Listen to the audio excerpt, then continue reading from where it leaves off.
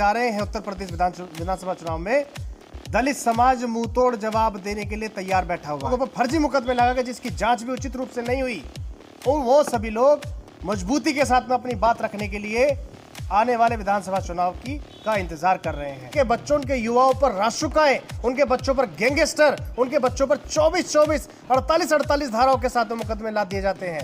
एक ही घटना की 5-5, 3-3 एफआईआर दर्ज की जाती हैं। दलित समाज पीड़ित समाज है, अभी वर्तमान में 2 अप्रैल के मुकदमों को झेल रहा है और ये जो मुकदमे और सरकार के प्रत्याशी समाज के बीच में वोट मांगने आते हैं तो उनका मुंह काला नहीं किया जाएगा।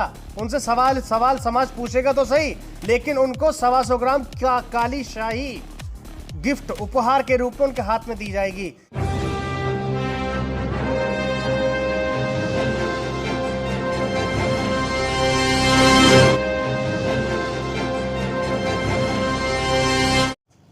में माननीय सर्वोच्च न्यायालय ने जो अपना निर्णय दिया था SC/ST एक्ट को लेकर के, उसको लेकर के 2 अप्रैल भारत बंद लोकतांत्रिक आंदोलन समस्त दलित समाज ने जो आह्वानित किया था, उस आंदोलन में जो फर्जी तरीके से दलित समाज के बच्चों पर मुकदमे लगाए गए, मुकदमे लगाने के बाद तत्पश्चात मोदी सरकार अध्यादेश लेकर के आई और फिर 10 फरवरी 2020 में एक जजमेंट और आता है।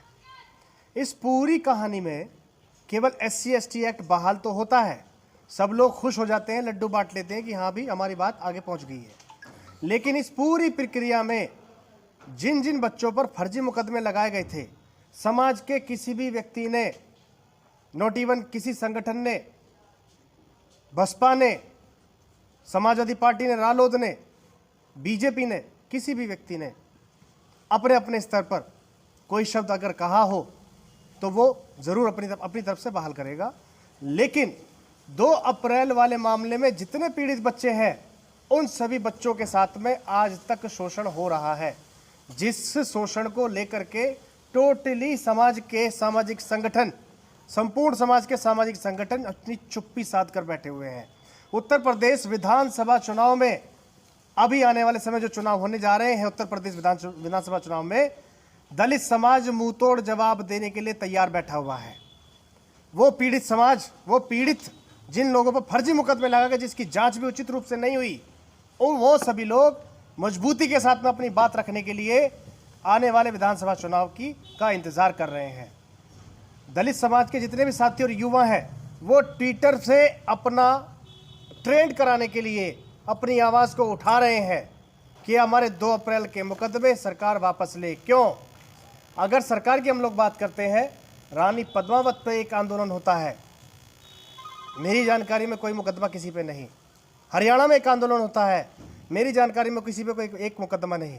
लेकिन SC/ST एक्ट जो कि संवैधानिक अधिकार है दलितों का, बहुजनों का, उस अधिकार पे जो प्रहार किया गया था, वो जो पूरी कहानी कही गई थी, उसको बहाल कराने के लिए अगर आवाज लोकतांत्रिक प्रक्रिया से उठा रहा है समाज, बाबा साहब को मानने वाला समाज कभी हिंसक नहीं हो सकता, उस समाज पर मुकदमे लाद दिए जाते हैं, 24-24 धाराओं में मुकदमे लाद दिए जाते हैं। उनके बच्चों, उनके युवाओं पर राष्ट्रकाएं, उनके बच्चों पर गैंगस्टर, उनके बच्चों पर 24-24, 48-48 धाराओं के साथ मुकदमे लाद दिए जाते हैं। एक ही घटना की 5-5, 3-3 एफआईआर दर्ज की जाती हैं।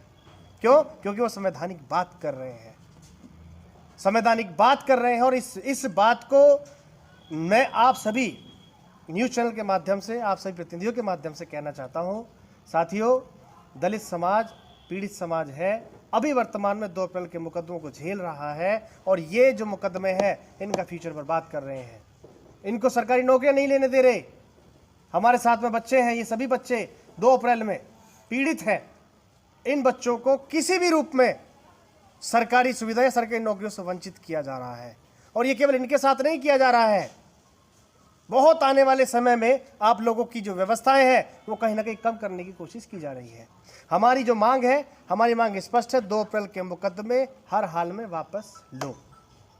अगर 2 अप्रैल के मुकदमे विधानसभा चुनाव उत्तर प्रदेश में जो होने जा रहे हैं उससे पहले सरकार वापस नहीं लेती है और सरकार के प्रत्याशी समाज के बीच में वोट मांगने आते हैं तो उनका मुंह काला नहीं किया जाएगा। उनसे सवाल समाज पूछेगा तो सही, लेकिन उनको 125 ग्राम काली शाही गिफ्ट उपहार के रूप में उनके हाथ में दी जाएगी कि इस शाही को शीशे के सामने रखना और ये कहना कि हमने बाबा साहब के प्रति कितना सम्मान इस समाज के लिए जगजाहिर किया है, इस समाज के लिए कितनी अपनी बात, अपना कितना समय इस समाज के लिए दिया, इन बच्चों के लिए दिया, इनके मुकदमे वापस करने के लिए दिया है। मेरे विचार में, हम सभी लोगों के विचार में, जहां तक 2 अप्रैल वाला मसला रहा, अभी तक किसी भी सामाजिक संगठन की तरफ से महामहिम राष्ट्रपति महोदय, मुख्यमंत्री महोदय को कोई भी ज्ञापन, कोई भी बात बच्चों के मुकदमे वापस कराने के लिए कही नहीं गई है। और ये हमारे लिए दुख की बात है। हमारे नाम पर, हमारे संगठनों के नाम पर, हमारे पीड़ित होने के नाम पर बहुत सारे ऐसे चंदाजीवी संगठन हैं जिन लोगों ने बाहर से लोगों से चंदा लिया, लेकिन उन लोगों ने उन लोगों को सहायता नहीं पहुंचाई। हम ज़्यादा बड़ी बात को नहीं करते हुए हम सभी लोगों की तरफ से केवल एक बात स्पष्ट रूप से कहते हैं, लोकतांत्रिक प्रक्रिया के तहत, संवैधानिक प्रक्रिया के तहत हम अपनी बात को उठाते रहेंगे और जब तक ये मुकदमे वापस नहीं होंगे हर हाल में हम लड़ाई जारी रखेंगे, लेकिन संविधान के दायरे में रहकर, क्योंकि हम हिंसक नहीं, अहिंसक हैं, बाबा साहब के बच्चे हैं, संविधान को मानने वाले बच्चे हैं। जय भीम साथियों।